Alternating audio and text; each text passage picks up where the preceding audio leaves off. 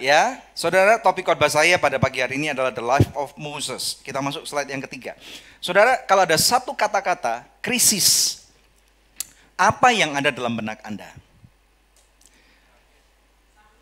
Beberapa orang mungkin mengatakan lagi krisis uang, lagi krisis kepercayaan, lagi krisis masalah rumah tangga.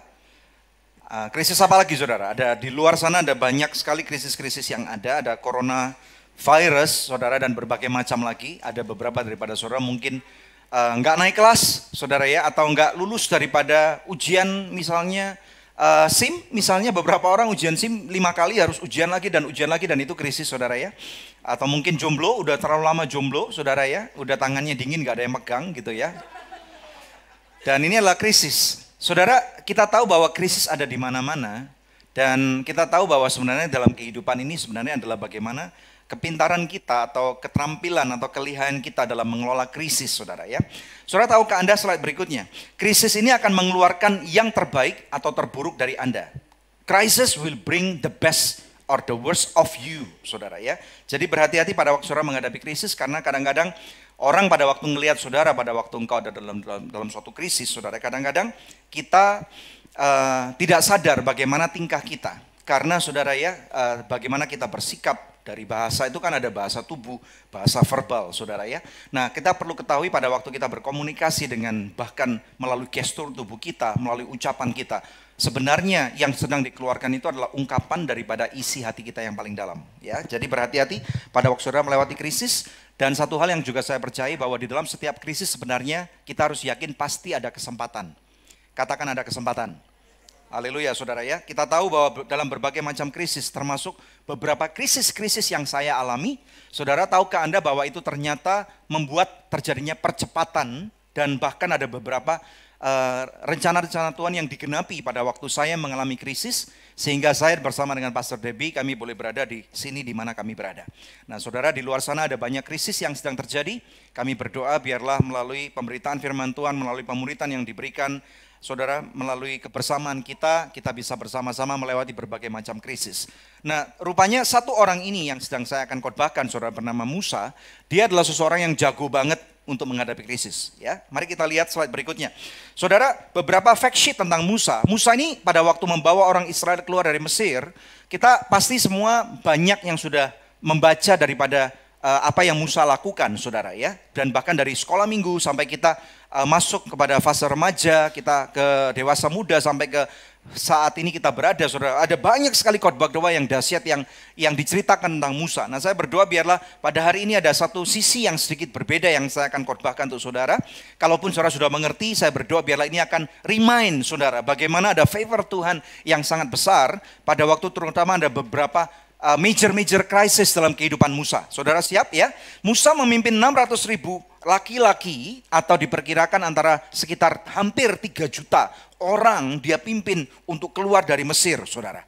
430 tahun perbudakan itu bukan masa yang sangat singkat tentunya, betul nggak ya? Nah, saudara, pada waktu orang-orang Israel keluar daripada perbudakan dari Mesir, mereka mengira everything is going to be alright, saudara ya. Semuanya akan baik-baik saja. Mereka dikatakan bahwa akan ada tanah perjanjian yang menantikan di luar sana, saudara, ada berkat yang melimpah, dan bahkan dikatakan ada susu dan madu ya di tanah itu, sehingga hidup kamu tidak akan pernah sama lagi, saudara. Mereka kemudian bahkan pada waktu mereka keluar daripada Mesir, saudara, tahukah Anda bahwa tidak ada satupun daripada orang Israel yang keluar daripada perbudakan Mesir itu miskin? Katakan wow, saudara ya. Dan bahkan selama 430 tahun mereka ditindas di dalam perbudakan Mesir, saudara. Pada waktu hari di mana mereka akan keluar, mereka mengetok tetangga kiri kanan orang Mesir, saudara ya. Dan kemudian mereka mengatakan, kami minta sesuatu daripada kamu. Orang-orang Mesir itu, kata firman Tuhan, berikan yang terbaik apa yang mereka punya kepada orang Israel, saudara ya. Karena apa? Kalau enggak demikian orang Israel enggak keluar. Kalau orang Israel enggak keluar, maka Mesir akan semakin lama semakin hancur. Nah, saudara, sampai singkat cerita, kemudian mereka dibawa oleh Tuhan masuk kepada suatu padang belantara, dan kemudian baru di sana Firaun sadar. Katakan Firaun sadar. Sampai akhirnya, saudara, di depan itu pada waktu mereka tahu bahwa Firaun sadar dan mulai mengejar mereka, di sana ada satu krisis yang sangat besar. Saudara tahu apa yang terjadi? Slide berikutnya, dead end. Ya, berapa banyak di antara kita yang pada hari-hari ini mengalami dead end? Dead end itu apa sih? Jalan buntu. Saudara, buntu dalam relationship, buntu di dalam keuangan kita, buntu dalam segala macam apapun juga, saudara ya. Berapa parah sih masalah daripada orang-orang Israel pada zaman itu? Saudara, kalau saudara tidak tahu betapa parahnya masalah mereka, saudara bisa bayangkan ya, membawa 3 juta orang itu tidak gampang banget, saudara ya. Kita nggak tahu bagaimana caranya mereka berkomunikasi. Kadang-kadang kita pun di zaman modern ini melalui grup WhatsApp pun sudah jelas komunikasinya. Masih ada satu yang tanya, hah benar nggak latihan musiknya hari ini? Hah benar nggak doanya jam sekian? Hah benar nggak retreatnya itu? Hah benar nggak topiknya itu? Betul nggak saudara? Ya, saya tidak bisa membayangkan bagaimana caranya mereka berhasil memobilisasi 3 juta orang dan kemudian sampai akhirnya mereka tiba di suatu tepi laut, di depan itu bernama Laut Merah. Ya, saudara ya bisa bayangkan itu. Dan mereka kira akan ada kapal feri yang gede menyambut mereka. Saudara, kapal pesiar, mungkin namanya Diamond Cruise gitu kali saudara ya. Yang ada di Yokohama itu. Kalau saudara nggak tahu, nggak apa-apa, terima aja saudara. Mereka kira akan ada satu cruise ship yang sangat besar, ada berpuluh-puluh saudara yang akan menyambut mereka. Tetapi ternyata cruise shipnya nggak datang. Saudara, sedangkan mereka lihat di ujung sana di belakang, saudara, di selatan mereka, itu yang mereka lihat itu ada kepulan daripada debu daripada padang pasir. Saudara tahu apa artinya ini? Ada satu pasukan yang sangat gede itu ngejar mereka. Dan yang mengejar mereka bukan cuma orang-orang biasa, tetapi adalah pasukan elit daripada Firaun. Mereka yang juga sangat emosi karena malam sebelumnya semua daripada anak-anak sulung orang Mesir dan bahkan ternak-ternak sulung Mesir itu mati gara-gara orang Israel. Saudara bisa bayangkan ketakutan yang mereka ada pada saat itu, ya. Mau tahu jalan keluarnya? Nantikan yang satu ini. Mari kita lihat firman Tuhan sekarang. Kita buka bersama-sama slide berikutnya. Ibrani 11, saya akan melihat membawa kepada saudara ya. Ibrani 11 mulai daripada ayat 23 sampai dengan 29, ya. Saudara kita baca dulu ayat 23 bersama-sama. Satu ayat saja. Siap? 2, 3. Karena iman, maka Musa setelah ia lahir disembunyikan selama 3 bulan oleh orang tuanya, karena mereka melihat bahwa anak itu elok rupanya dan mereka tidak takut akan perintah raja. Sungguh menarik saudara, karena di dalam perjanjian baru nama Musa adalah nama yang juga sangat disebut. Kita perlu tahu bahwa Musa adalah seseorang yang sangat berpengaruh bagi kehidupan orang-orang Israel, bukan cuma pada zaman itu, tetapi juga bahkan sampai pada zaman ini. Hukum Taurat yang saudara kenal, saudara tahu kan? Saudara tahu ada berapa banyak hukum Taurat? Hukum Taurat bukan cuma 10, saudara, tetapi hukum Taurat ada 613, katakan 613. Itu yang menuliskan adalah Musa satu persatu, saudara ya. Makanya sampai dengan hari ini orang-orang Israel, mereka yang belum mengenal Mesias, saudara ya, melalui Yeshua HaMashiach atau Yesus Kristus, mereka sungguh respect dengan hukum Taurat yang ditulis oleh Musa. Hari Sabat sampai dengan hari ini di adat orang Yahudi itu masih berlaku, saudara ya. Jadi kalau saudara suatu hari pernah pergi ke Israel nanti, pada waktu hari Jumat jam 6 sore itu semua toko sudah tutup sampai dengan nanti Sabtu sore jam 6, saudara ya. Dan kemudian baru toko-toko buka seperti biasa. Karena apa? Mereka sampai dengan hari ini masih observe hari Sabat, salah satu hukum yang Tuhan berikan melalui Musa. Nah mari kita lihat di sini. Karena iman, katakan karena iman. Saudara, kita tahu bahwa kondisi pada zaman itu bukan kondisi yang sangat mudah. Musa dilahirkan di suatu masa di mana ada krisis yang sangat besar. Di mana Firaun, saudara, slide berikutnya. Firaun yang memerintah pada zaman itu, saudara ya, saya ambil beberapa gambar-gambar ini. Kita beruntung banget karena Musa sangat populer sekali, sehingga cerita Musa ini sudah banyak difilmkan oleh Disney, oleh banyak produser-produser film, saudara, sehingga kita dengan mudah dapat capture, saudara ya. Dan melalui scene ini, saudara, kita perlu tahu bahwa Musa dilahirkan di zaman Firaun yang tidak mengenal siapa Yusuf itu, saudara ya. Kita tahu, saudara, Firaun bukanlah nama seseorang manusia saja. Firaun itu adalah gelar. Nah, salah satu orang yang sangat berpengaruh pada zaman itu, saudara, bukan saja Firaun, tetapi ada orang yang kedua yang bernama Yusuf. Saudara pasti saudara tahu sedikit banyak tentang kisah daripada Yusuf. Kalau saudara tidak tahu, nanti saudara bisa buka dalam kitab Kejadian pasal, kalau nggak salah pasal sekitar 37 atau 40 dan seterusnya, saudara ya.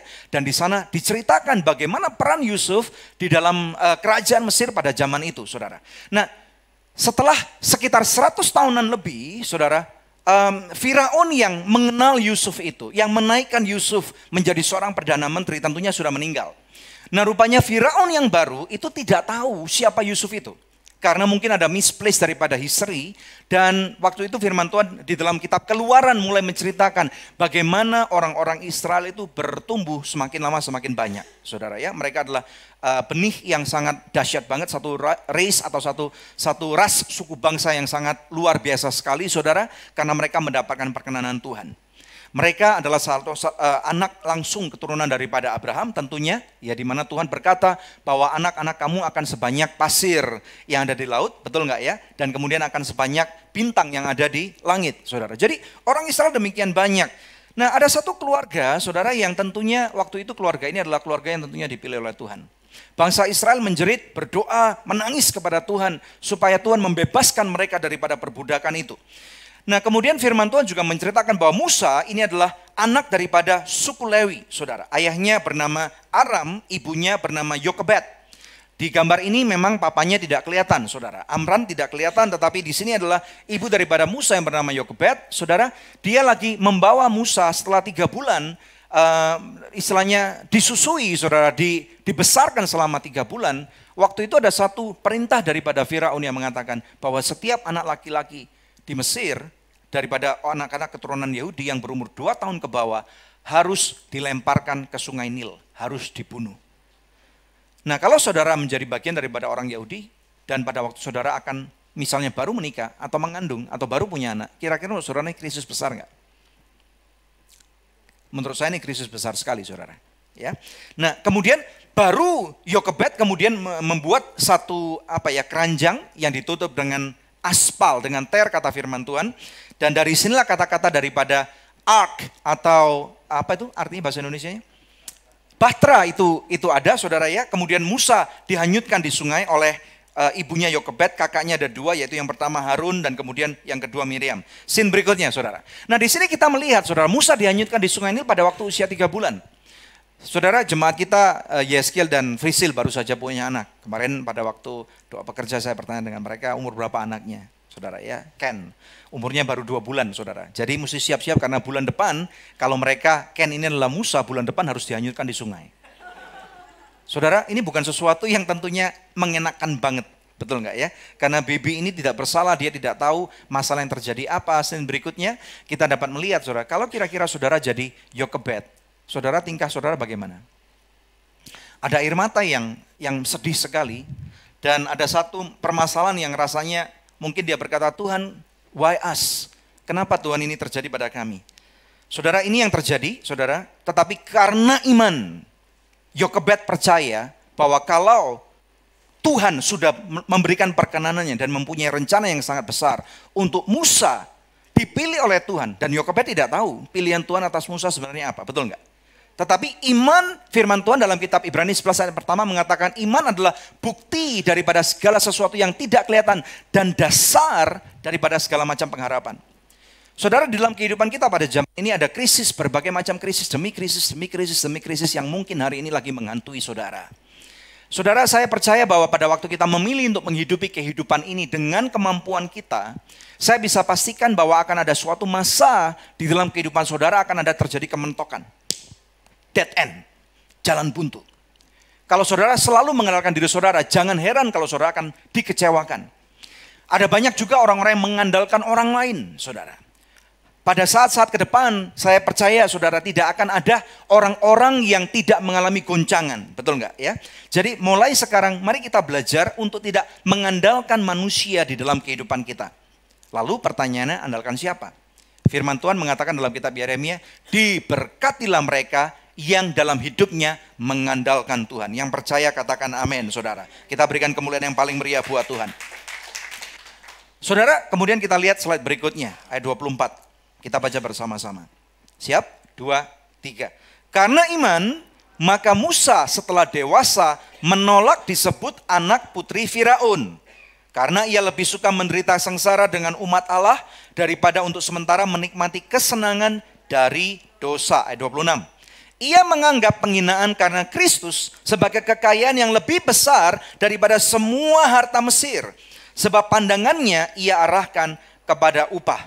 Saudara, ini menarik sekali. Karena apa? Justru bahwa pada waktu Raja Firaun ini memerintahkan untuk anak-anak orang Yahudi untuk dibunuh, saudara, secara luar biasa Tuhan itu secara lihai banget, saudara, malah menginfiltrasikan Musa untuk masuk ke dalam istana Firaun.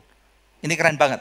Coba lihat slide berikutnya. Bagaimana saudara putri Firaun itu melihat ada seorang bayi mungil dan kemungkinan besar di dalam hati nurani seorang mama, saudara, dia kemungkinan tidak setuju sebenarnya dengan keputusan daripada suaminya. Setuju, katakan amin. Ya, sehingga pada waktu dia lagi mandi di sungai, saudara ya, waktu itu zaman itu tentunya seorang ratu pun harus mandi di pinggir sungai, saudara. Tetapi ini sungainya tentunya sudah dibersihkan, ditutupin, saudara ya, sehingga tidak mudah semua orang bisa melihatnya. Sungai Nil adalah pusat kehidupan daripada bangsa Mesir, ini yang perlu kita ketahui. Sehingga pada waktu Musa dihanyutkan, saudara, di dalam suatu film yang saya sangat rekomend sekali saudara untuk melihatnya, tentunya apalagi kalau saudara mempunyai anak-anak yang lebih kecil, saudara, ada satu film yang ini gambar-gambar ini saya ambil dengan judul yaitu The Prince of Egypt. Saya sengaja tidak mengeluarkan filmnya karena nanti kena copyright, saudara. Kalau kita capture gambarnya nggak kena copyright, saudara ya. Nah, saudara, dari sana dikatakan bahwa pada waktu sebelum sampai ke tangan daripada putri Firaun ini, saudara, Musa pun yang kecil ini, saudara, di dalam bahtera itu Tuhan menavigasikannya melewati. Saudara tahu nggak di sungai Nil itu ada buaya, ada kuda Nil yang siap untuk menerkam daripada bayinya Musa. Kemudian bahkan ada kapal-kapal besar yang lewat, saudara, karena ini adalah jalur perdagangan utama seperti jalan arteri, saudara ya. Dan nggak masuk akal sekali kalau misalnya Musa bisa sampai ke sana. Percayalah bahwa di dalam kehidupan kita, sesusah-susahnya kita, selama kita dengan iman percaya akan penyertaan Tuhan, Tuhan sanggup membawa kehidupan saudara. Roma 8 ayat 28 mengatakan bahwa segala sesuatu terjadi untuk apa? Kebaikan. Bahwa akan ada kebaikan-kebaikan Tuhan yang akan Dia nyatakan melalui berbagai macam rintangan, permasalahan, kesukaran yang terjadi di dalam kehidupan saudara, sehingga sampai akhirnya engkau akan dibawa kepada inti permasalahan.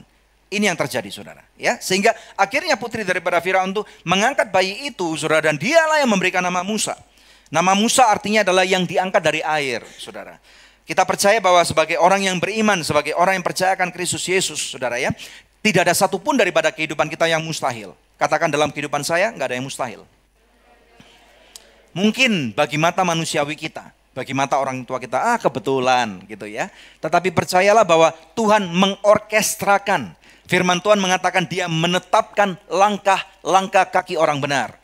Bahkan ada satu ayat dalam kitab Amsal dikatakan, orang benar 6 kali dia jatuh, 7 kali jatuh pun Tuhan tidak akan biarkan tergeletak. Haleluya. Saudara, kalau misalnya Musa kemudian diangkat sebagai salah satu anak daripada Ratu Mesir, kira-kira hidupnya nyaman nggak? Nyaman banget. Ya, nyaman banget, saudara. Alkitab memang tidak mendeskripsikan secara detail, saudara, bagaimana kehidupan Musa selama 40 tahun menjadi the Prince of Egypt atau pangeran daripada Mesir. Tetapi saudara, saya percaya bahwa Musa pada saat itu Tuhan dalam tanda kutip dengan sengaja masukkan ke tengah-tengah orang Mesir supaya minimal nomor 1, Musa mengenal lebih banyak seluk-beluk daripada bahasa Mesir. Nomor 2, strategi perang daripada Mesir. Musa diceritakan di dalam film itu, saudara, dan saya percaya ini adalah sesuatu yang masuk akal sekali. Dia bukan saja sebagai dia bukan putra mahkota, saudara ya. Kakak angkatnya lah yang menjadi putra mahkota daripada Mesir, tetapi dia bahkan menjadi salah satu jenderal perang Mesir. Dia mengerti kultur, mengerti budaya daripada Mesir, saudara. Ini yang kita harus mengerti, bahwa pada waktu Tuhan menempatkan kita di suatu tempat, saudara, Tuhan meminta kita untuk look around, mengerti budaya daripada tempat itu, mengerti budaya daripada orang-orang sekeliling kita, saudara. Supaya apa? Supaya di dalam pengertian kita boleh menginfiltrasi, membawa kerajaan surga masuk ke dalam kehidupan mereka. Yang percaya katakan amin. 40 tahun Musa hidup di dalam kenyamanan, saudara. 40 tahun dia menikmati yang terbaik daripada Mesir. Saya tidak tahu bagaimana secara detail kehidupannya, saudara. Mungkin dia juga punya banyak wanita, saudara, punya banyak pacar, saudara ya. Karena dia pasti seseorang yang tampan rupanya, uangnya banyak, saudara ya. Lamborghini-nya, Ferrari-nya banyak, saudara. Musa punya Ferrari loh. Percaya nggak? Tahu logonya Ferrari nggak? Kuda kan? Kuda jingkrak, saudara. Ya, kuda jingkrak itu the prancing horse, itu adalah kuda Mesir. Nah, jadi pada waktu itu Ferrarinya Musa banyak. Ya, jadi tentunya orang-orang yang naksir dia. Tetapi kita tahu saudara, ada sesuatu yang terjadi pada zaman itu saudara. Ya, pada zaman itu ada seseorang daripada Yahudi yang dipukul, disiksa oleh mandor Mesir, dan tiba-tiba karena sesuatu hal, dan saya percaya sekali lagi Tuhan turut bekerja untuk mendatangkan kebaikan. Darah daripada Yahudi, daripada Musa itu kemudian boiling up, emosinya meningkat, saudara. Dan kemudian akhirnya dia pukul daripada mandor itu. Ini orang yang terlatih. Ya, dari sini kita tahu bahwa Musa bukan orang sembarangan. Sekali pukul orang itu mati, saudara. Jadi dia tahu banget ada titik-titik rawan daripada manusia, dan secara refleks dia pukul orang itu, ya, saudara, sampai akhirnya mandor mati. Dia kaget, saudara, karena orang itu mati. Dia kuburkan, saudara. Dia pikir nggak ada orang yang tahu. Ternyata ada banyak orang yang tahu. Sampai akhirnya firman Tuhan menuliskan bagaimana Firaun itu mendengar akan hal itu dan marah. Dan Firaun ini adalah kakak kandungnya, padahal ya. Dia begitu marah dan dia ingin membunuh Musa. Musa lari, saudara. Katakan Musa lari. Saudara, problema terjadi membuat Musa melarikan diri ke Midian. Nah, kita lihat di sini sebentar, saudara. Berapa banyak dari kita yang begitu mudah lari dari masalah kehidupan kita. Di titik ini sebenarnya secara manusiawi Musa adalah seseorang yang cukup dewasa, berumur 40 tahun, mempunyai pendidikan yang sangat baik, mempunyai ranking ketentaraan yang sangat tinggi, tetapi rupanya jiwa Musa belum dewasa. Betul nggak? Tuhan justru tahu saudara bahwa pembentukan sebenarnya bukan di Mesir. Mesir adalah tempat sementara daripada Musa. Dan pada waktu Musa lari ke Midian, saudara, dia lari daripada masalah. Dan di sana dia bertemu dengan istrinya, betul nggak ya? Dia menikah di sana, dia punya anak, ada, kalau saya nggak salah ada 2 atau 3 orang anak Musa yang ada di sana, saudara. Nama salah satunya anaknya adalah Gersom, saudara. Dan saudara, Musa kira dia akan menjadi pengusaha muda yang kaya raya. Ya, berapa banyak dari kita yang ingin menjadi pengusaha muda kaya raya? Saudara, yang paling cepat angkat tangan Ruth karena ada di balik pilar, nggak ada orang yang tahu tapi saya lihat Ruth. Ya, itu sah.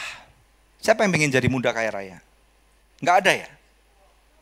Saya rasa ini juga masuk akal, saudara ya. Tetapi saudara, pada waktu dia setiap hari dia menikmati banget kehidupannya. Ada beberapa orang yang pernah saya kenal, dia berkata, waktu saya muda, hidup saya penuh dengan petualangan. Nanti dia, dan kemudian ada banyak orang yang berkata, saya udah beli villa, ya, entah di Puncak, entah di Uetuwu, saudara, entah di mana-mana, saudara, entah di Trawas kalau di Surabaya, entah di Malang, entah di Ijen, entah di Gunung Kawi, atau entah di mana aja, saudara, atau di Gunung Sinabung mungkin, ya.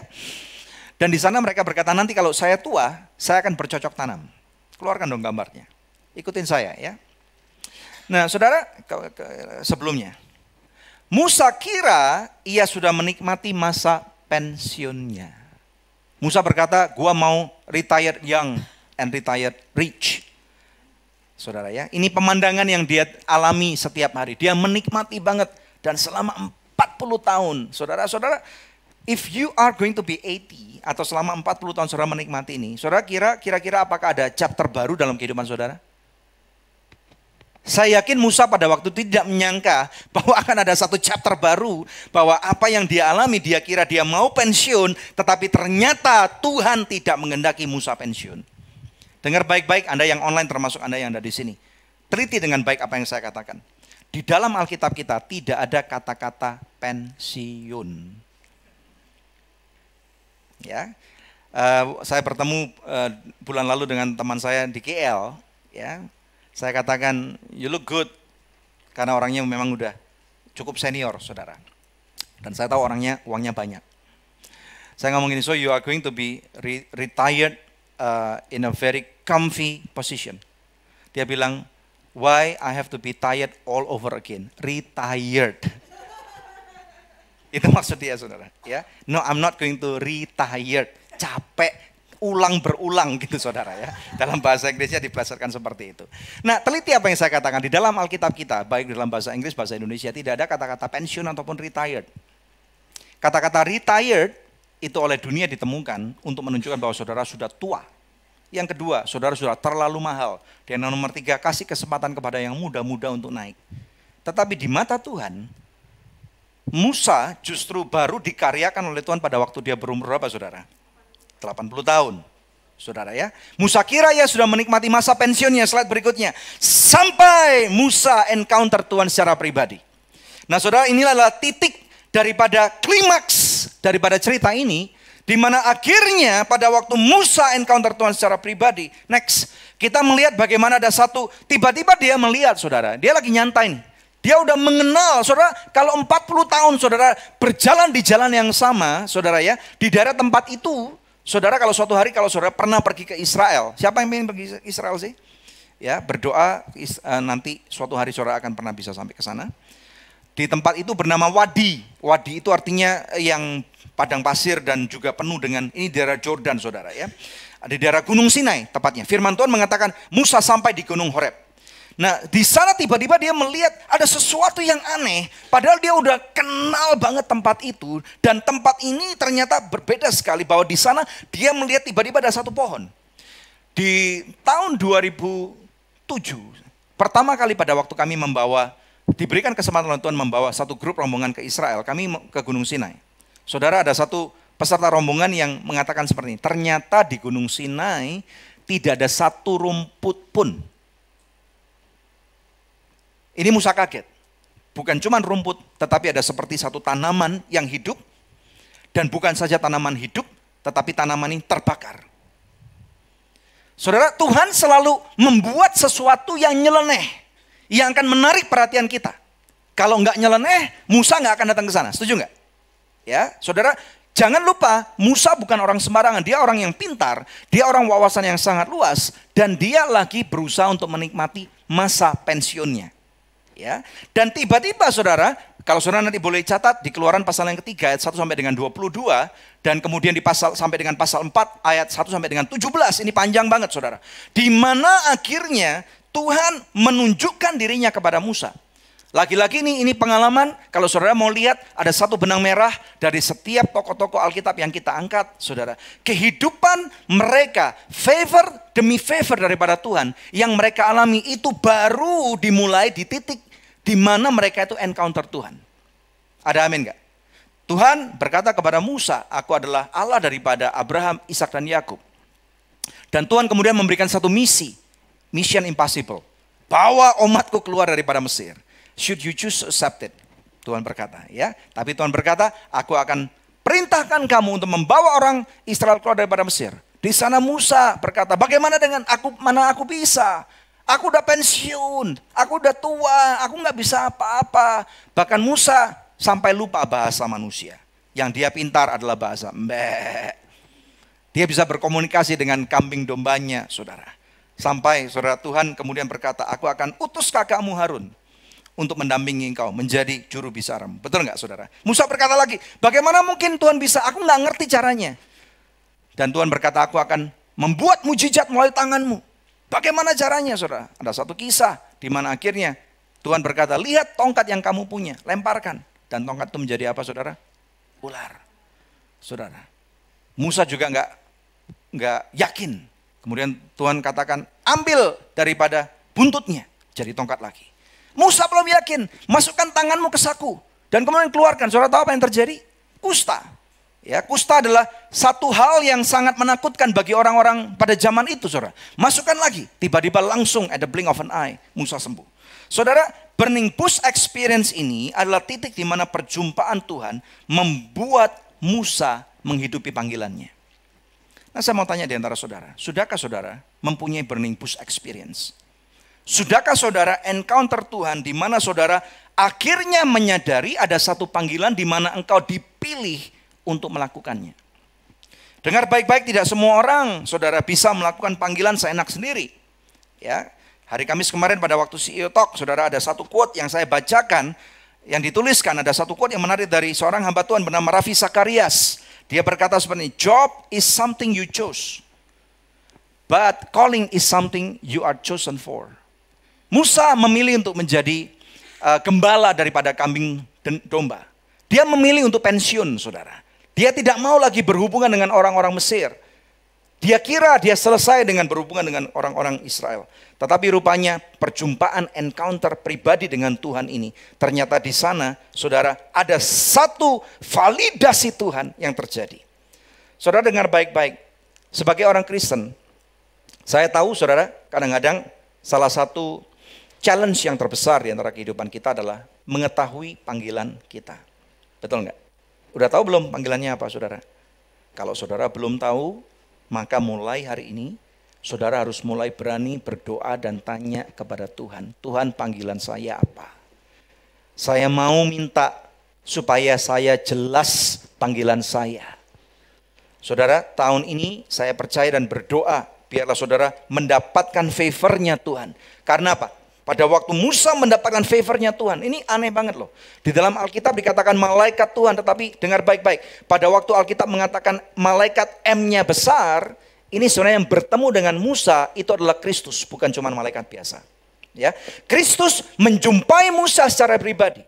Dan saya percaya firman Tuhan mengatakan Yesus Kristus itu sama kemarin, hari ini, dan selama-lamanya. Saudara, kalau Tuhan ribuan tahun yang lalu dapat berjumpa dengan Musa melalui burning bush experience, saya berdoa biarlah saudara akan mendapatkan satu pengalaman burning bush atau semak belukar yang terbakar itu, sehingga saudara akan encounter, bertemu muka dengan Tuhan.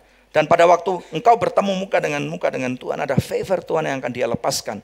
Dan favor Tuhan itu memvalidasi panggilan Anda. Yang percaya katakan amin. Kita berikan kemuliaan yang paling meriah buat Tuhan. Haleluya. Kita masuk poin berikutnya saudara, ayat 27. Haleluya. Firman Tuhan mengatakan, kita baca 2-3. Karena iman, maka ia telah meninggalkan Mesir dengan tidak takut akan murka raja. Ia bertahan sama seperti ia melihat apa yang tidak kelihatan. Ayat 28. Karena iman, maka ia mengadakan Paskah dan pemercikan darah, supaya pembinasaan anak-anak sulung jangan menyentuh mereka. Saudara, ini menarik sekali. Saudara ya, kalau saudara mau catat, ini nanti ada di Keluaran 12 ayat 7 sampai dengan ayat 12. Kita tahu, singkat cerita, Musa akhirnya berjumpa dengan Firaun. Betul nggak ya? Musa melakukan demikian berbagai macam mujizat, tetapi dukun-dukun Mesir juga melakukan mujizat yang sama. Masalah nggak? Oh, ini jadi masalah saudara. Masalahnya apa? Firaun menjadi tidak percaya. Tetapi firman Tuhan mengatakan dengan jelas, ini sedikit anti mainstream. Sampai dengan hari ini kita kadang-kadang bacanya masih bingung. Tuhan membuat hati Firaun menjadi keras. Pertanyaan kenapa? Why? Karena Tuhan mau menunjukkan kebesarannya supaya orang-orang Israel itu benar-benar keluar dengan satu kepercayaan sepenuhnya bahwa mereka mengikut Tuhan yang adalah I am who I am. Aku adalah aku. Aku yang menciptakan langit dan bumi. Aku yang menciptakan hidupmu. Aku yang menetapkan garis-garis batas di antara bangsa-bangsa. Ya, ada 9 tulah. Setiap kali setelah tulah, Firaun menyesal. Firaun berkata, keluar deh, keluar. Sampai tulah ke-9. Saudara, kita nggak punya waktu untuk membahas satu persatu. Ya. Nah, kemudian sampai tulah ke-9, Firaun juga ingkar janji. Dan di sini ada satu senjata pamungkas daripada Tuhan. Aku akan keraskan hati daripada Firaun. Saudara, menurut pandangan orang modern, ini keji banget. Ya. Tetapi saya melihat bahwa Tuhan mau menunjukkan bahwa ilah-ilah orang Mesir itu tidak mampu untuk menangani Tuhan. Betul saudara ya? Orang-orang dukun-dukun Mesir sudah kelabakan, ilah-ilahnya sudah dijungkir balikan saudara. Dan kemudian di ayat Exodus atau Keluaran 12 ayat 7, saudara, ada satu perintah daripada Tuhan yang berkata, saudara, kemudian dari darahnya, dari darah daripada domba jantan, haruslah diambil sedikit dan dibubuhkan pada kedua tiang pintu dan pada ambang atas, pada rumah-rumah di mana orang memakannya. Ya, di film ini digambarkan secara cukup jelas, saudara ya, yang merah-merah itu bukan cat, tetapi itu darah daripada hewan yang disapukan. Ingat, Perjanjian Lama adalah gambaran daripada Perjanjian Baru. Apa yang dari dulu cuman kelihatan, cuman bayang-bayang, digenapi dalam Perjanjian Baru. Saudara, puji Tuhan bahwa di dalam Perjanjian Baru kita tidak perlu memerlukan lagi darah daripada hewan. Kita nggak perlu kambing jantan, domba jantan, ayam jantan, nggak perlu saudara. Ya, kalau ada beberapa upacara-upacara di rumah-rumah, kalau ada orang yang bilang, ambil dong ayam jantan yang putih, satu hitam, nggak perlu saudara. Karena apa? Sudah ada darah yang mahal yang sudah menebus saudara. Ya, darah yang sama ini yang diibaratkan, disapukan di sana saudara. Inilah yang menangkal daripada segala macam kesialan. Di ayat 12 dikatakan, Tuhan berkata dengan jelas, sebab pada malam ini aku akan menjalani tanah Mesir, slide berikutnya, dan semua anak sulung dari anak manusia sampai anak binatang akan kubunuh. Wow. Slide berikutnya, slide 24. Dan kepada semua Allah di Mesir akan kujatuhkan hukuman, akulah Tuhan. Saudara lihat nih gambarnya. Ya, saya nggak sengaja capture filmnya ini dan kelihatan seperti ada model roh yang akan masuk dan meneliti suatu pintu. Saudara, ini satu kebenaran. Kalau di luar sana ada banyak orang yang ketakutan, kita perlu tahu bahwa kita ini ditebus dengan darah yang mahal. Bukan cuman sembarang darah. Ya. Nanti kita juga akan belajar, punya kesempatan untuk belajar the life of Job. Ya, di life of Job ini di sana dengan lebih eksplisit diterangkan bagaimana hadirat Tuhan itu membawa perlindungan yang nyata. Iblis tidak dapat menembus apa yang Tuhan sudah lindungi. Ada amin, saudara. Jadi di dalam kehidupan kita sekarang, saudara, saya percaya bahwa waktunya sekarang kita mereview ulang bagaimana selama ini kita hidup. Kalau selama ini kita hidup asal-asalan, berbisnis sembarangan, saudara, kita menghidupi keuangan kita seenak sendiri. Ya, kita menjadi suami tidak tahu tanggung jawab, menjadi istri tidak tahu diri. Saudara, menjadi anak-anak kita hidupnya sembarangan, tidak menghormati orang tua, tidak serius dalam kita membangun relasi dengan Tuhan. Saudara, saya percaya bahwa memang perlindungan itu, kalau kita dilindungi oleh Tuhan, ada kasih karunia, itu bukan karena kuat dan gagah kita. Tetapi sekarang saya mau tekankan kepada kita bahwa di masa-masa yang akan datang, zaman ke depan tidak selalu akan lebih mudah. Tetapi dengar baik-baik, orang yang mengandalkan Tuhan, orang itu akan mengalami pembedaan. Bisa terima nggak? Musa melihat dengan kepala sendiri, saudara. Tulah 1 sampai tulah 9, Mesir dihancur leburkan dengan tulah. Ada satu tempat yang dilindungi oleh Tuhan bernama tanah Goshen. Betul nggak? Ya. Tulah ke-10 terjadi. Berbagai macam orang Mesir menangis menjerit. Mulai dari orang yang posisi paling rendah sampai Firaun. Setiap orang yang punya anak sulung, saudara bisa bayangkan, anak sulung biasanya sampai dengan hari ini yang paling dibanggakan. Apalagi kalau laki-laki. Betul nggak? Ya. Tadi saya ngomong loh, usia 3 bulan Musa dihanyutkan di sungai. Ken umur 2 bulan ya. 1 bulan lagi berarti. Enggak kok ya. Saudara, jadi dari sana kita bisa tahu bagaimana ada satu pembedaan. Perlindungan Tuhan yang tidak kelihatan itu jangan dikira enggak real. Karena firman Tuhan mengatakan bahwa sesuatu yang kelihatan itu adalah sesuatu yang fana, sementara sifatnya. Sesuatu yang tidak kelihatan, Tuhan yang enggak dapat kita lihat dengan mata kepala kita, Tuhan yang enggak dapat kita lihat perlindungan secara kasat mata, justru perlindungan itu adalah perlindungan yang dahsyat buat kehidupan saudara. Saya berdoa dan percaya saudara bahwa di dalam masa-masa ke depan pada waktu banyak orang mengalami kesukaran, saudara dan saya adalah bagian daripada orang-orang yang akan mengalami favor dan pembedaan Tuhan. Yang percaya katakan amin. Haleluya, kita berikan kemuliaan yang paling meriah buat Tuhan.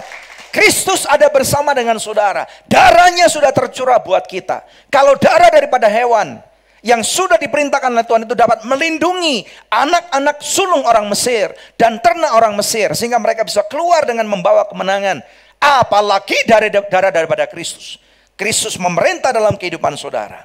Ada amin saudara. Kita lihat ini bagian yang terakhir. Ibrani 11 ayat 29. Kita lihat saudara, firman Tuhan berkata, kita baca bersama-sama. Karena iman, maka mereka telah melintasi Laut Merah.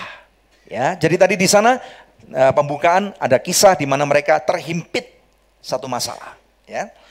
Tetapi firman Tuhan mengatakan mereka melintasi Laut Merah sama seperti melintasi tanah kering. Tanahnya kering loh saudara, kering. Ya. Sedangkan orang-orang Mesir tenggelam ketika mereka mencobanya. Sesuatu yang tidak mungkin pernah terjadi lagi. Never say never memang saudara ya. Saya percaya di depan kita ada banyak laut merah yang menunggu untuk kita belah. Siap nggak untuk membelah Laut Merah? Siapa yang siap? Saudara mampu nggak belah Laut Merah? nggak mampu. Saya juga nggak mampu.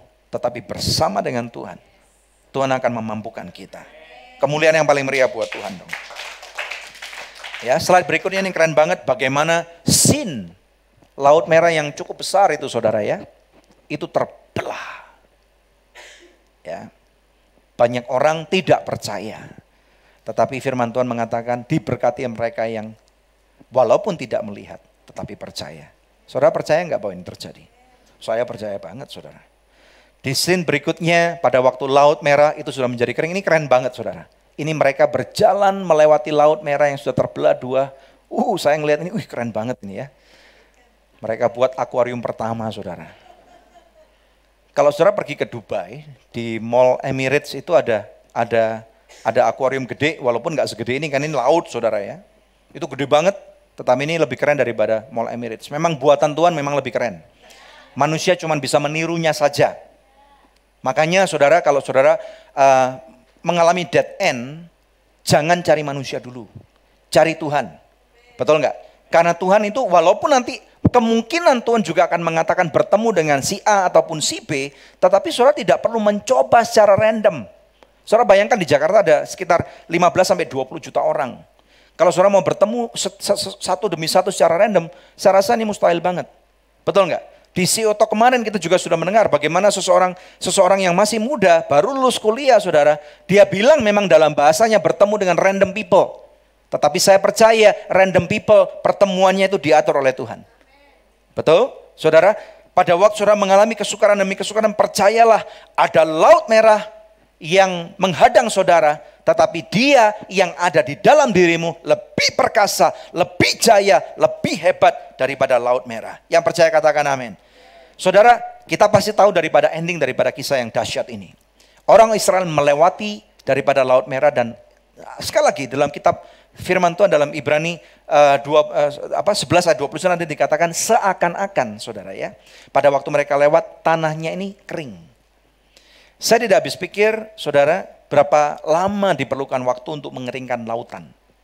Kalaupun tidak ada air oke lah. Saya rasa Jakarta perlu Musa ini saudara. Supaya waktu ada banjir besar datang, celing terbelah. You'll never know. Saudara, you'll never know ya. Kita minta gubernur yang namanya Musa untuk memerintah di Jakarta, saudara. Ya, gubernur Musa pasti bisa menyelesaikan. Kalau semua gubernur, semua presiden belum bisa menyelesaikan masalah Jakarta, pasti gubernur Musa yang dipimpin oleh Tuhan akan dapat menyelesaikan masalah Indonesia. Amin. Haleluya. Saudara diberkati. Bangsa Mesir mengejar mereka dan akhirnya terkubur. Saya minta tim pemusik untuk kembali ke tempatnya. Saudara, tentunya saya tidak bisa mengkhotbahkan semua perjalanan Musa, tetapi saya bisa menceritakan sedikit sebagai penutup tentang CV-nya Musa. Mau tahu nggak? CV Musa keren banget. Kalau selama ini saudara mau pada waktu mencari kerjaan saudara diminta untuk menulis CV saudara akan berusaha untuk memberikan yang terbaik dan beberapa mungkin bohong-bohongan juga. Ya, tetapi ini real, ada tertulis dalam kitab Alkitab, dalam firman Tuhan. Yang pertama, Musa ini adalah suku Lewi, anak Amran dan Yokebed, kakaknya bernama Harun dan Miriam. Ya, saya tidak tulis di sana. Musa menikah dengan seseorang namanya Sipora. Ya, dan kemudian dia mempunyai anak. Kalau nggak salah ada 3 orang anak. Yang kedua, dilahirkan di tengah penindasan Mesir. 3, dihanyutkan di sungai pada waktu berusia 3 bulan. Wah, orang baca keren banget saudara ya. Kemudian menjadi pangeran Mesir selama 40 tahun. Saudara ini cari pekerjaan dimanapun juga pasti dapat dia. Betul nggak? Menjadi pangeran di Mesir 40 tahun. Dan dia berkata, gua mau pensiun dini, retire young and rich, but God said no, saudara. Menjadi gembala ternak selama 40 tahun, sampai akhirnya dia encounter Tuhan. Encounter Tuhan adalah titik balik daripada kehidupan Musa. Saya berdoa biarlah engkau akan encounter Tuhan. Saudara, kalau engkau encounter Tuhan, hidupmu gak akan pernah sama lagi. Masih panjang nih listnya saudara, jangan difoto dulu. Ya, nomor 6, memimpin sekitar 3 juta orang Israel keluar dari Mesir. Ya, ini KKR terbesar yang pernah ada. Saya kira Reinhard Bonnke berhasil mengumpulkan sekitar 2 juta orang atau 1 juta orang di Afrika. Tapi Musa tanpa pengeras suara bisa memobilisasi 3 juta orang. Ini luar biasa banget saudara. Mau tahu lebih banyak? Nomor 7, penulis 5 kitab Taurat. Kitab Taurat ini apa sih Pastor Daniel? 5 kitab pertama di Alkitab. Ya, yaitu Kejadian, Keluaran, Imamat, Bilangan, Ulangan. Kalau saudara mau tahu, ini semua Musa yang nulis. Saya percaya selama 40 tahun dia dididik di Mesir, keterampilannya dipakai di sini, saudara. Di dalam kehidupanmu tidak ada yang kebetulan. Kadang-kadang saudara berpikir, kenapa saya harus bekerja di musim ini? Kenapa saya harus magang di kantornya Pastor Daniel? Ngapain? Duduk mentelengin komputer, nggak ngapa-ngapain. Didiemin. Nggak akan sia-sia. Akan ada masa di dalam kehidupan saudara. Kadang-kadang saudara bertanya, kenapa saya harus ke gereja? Repot banget. Akan ada masanya. Kenapa saya harus latihan musik? Akan ada masanya. Karena nanti tanggal 15 Maret mau anniversary. Ya. Kemudian nomor 8. Dia menyaksikan bukan cuma satu, tetapi 41 mujizat besar Tuhan. Saudara, kita pikir kalau hari ini kita kepala pusing dan sembuh itu sudah mujizat. Musa melihat, saudara, bagaimana laut terbelah. Musa melihat, saudara, diperintahkan oleh Tuhan, acungkan tongkatmu ke batu karang dan di sana keluar air. Saudara, ini major miracles in the Bible. Dan bahkan saudara, ada 41 mujizat yang bahkan sampai dengan hari ini masih dikhotbahkan setelah ribuan tahun. Nomor 9, ini luar biasa. Musa adalah sahabat Tuhan. Tuhan itu kudus, tidak ada satupun daripada manusia yang pernah melihat Tuhan muka dengan muka. Betul saudara? Tetapi ada satu ayat dalam firman Tuhan dikatakan, Musa melihat sisi punggung belakang Tuhan.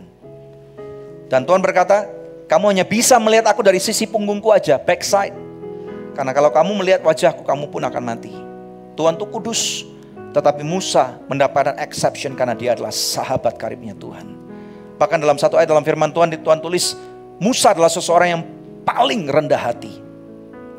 The most meek person in the world. Nomor 10, ini gak boleh kita lupakan. Musa berhasil mementorkan Yosua bin Nun, yang sekarang kita hire menjadi sound engineer dan lighting kita, saudara. Keren banget ya. Ada amin, saudara, diberkati. Saudara, makanya pada waktu kita mengerti dan belajar akan favor Tuhan, mari kita belajar untuk be gracious. Katakan be gracious. Ini satu karakter yang kita pelajari juga, satu nilai yang kita percayai untuk terjadi dalam gereja kita. Be gracious. Dan juga Musa adalah seseorang yang humble. Be humble when you are appointed to do the will of God. Kita nggak bisa sok-sokan, saudara. Kita nggak bisa selalu dengan mudah menjudge orang, kamu nggak sekudus saya, kamu nggak sehebat saya. Nggak ada satupun daripada kita yang layak kecuali di hadapan Tuhan Yesus. Karena Tuhan Yesus yang Dia melayakkan kita. Next. Sebagai penutup, saudara, mari kita bangkit berdiri. Mari kita berani untuk percaya bahwa Tuhan akan membuat perbedaan. Berapa banyak yang percaya bahwa dalam hidup saudara, mulai hari ini sampai selama-lamanya akan ada perbedaan. Pembedaan-pembedaan yang Tuhan lakukan terhadap orang-orang yang tidak percayakan Dia. Kalau saya jadi saudara, saya akan mulai berkata, I will do the will of God and nothing else. Aku akan mengejar kehendak Tuhan dan tidak yang lain. Ada amin, saudara? Mungkin beberapa dari saudara, panggilanmu adalah menjadi seorang pengusaha. So be it. Menjadi pengusaha, jadilah yang berhasil. Amin, haleluya, saudara. Tapi setelah itu jangan lupa, tanya kepada Tuhan, Tuhan, apa maksudnya menjadi pengusaha besar? Ada banyak pekerjaan-pekerjaan misi yang perlu dibantu. Salah satunya yang ada di Anugerah Ministries. Betul nggak, saudara ya? Saya percaya juga, sebagai penutup, ada favor Tuhan menyertai kita. Ini yang harus kita percaya. Berapa banyak yang berani percaya? Kalau berani percaya, mari kita angkat tangan, kita berdoa.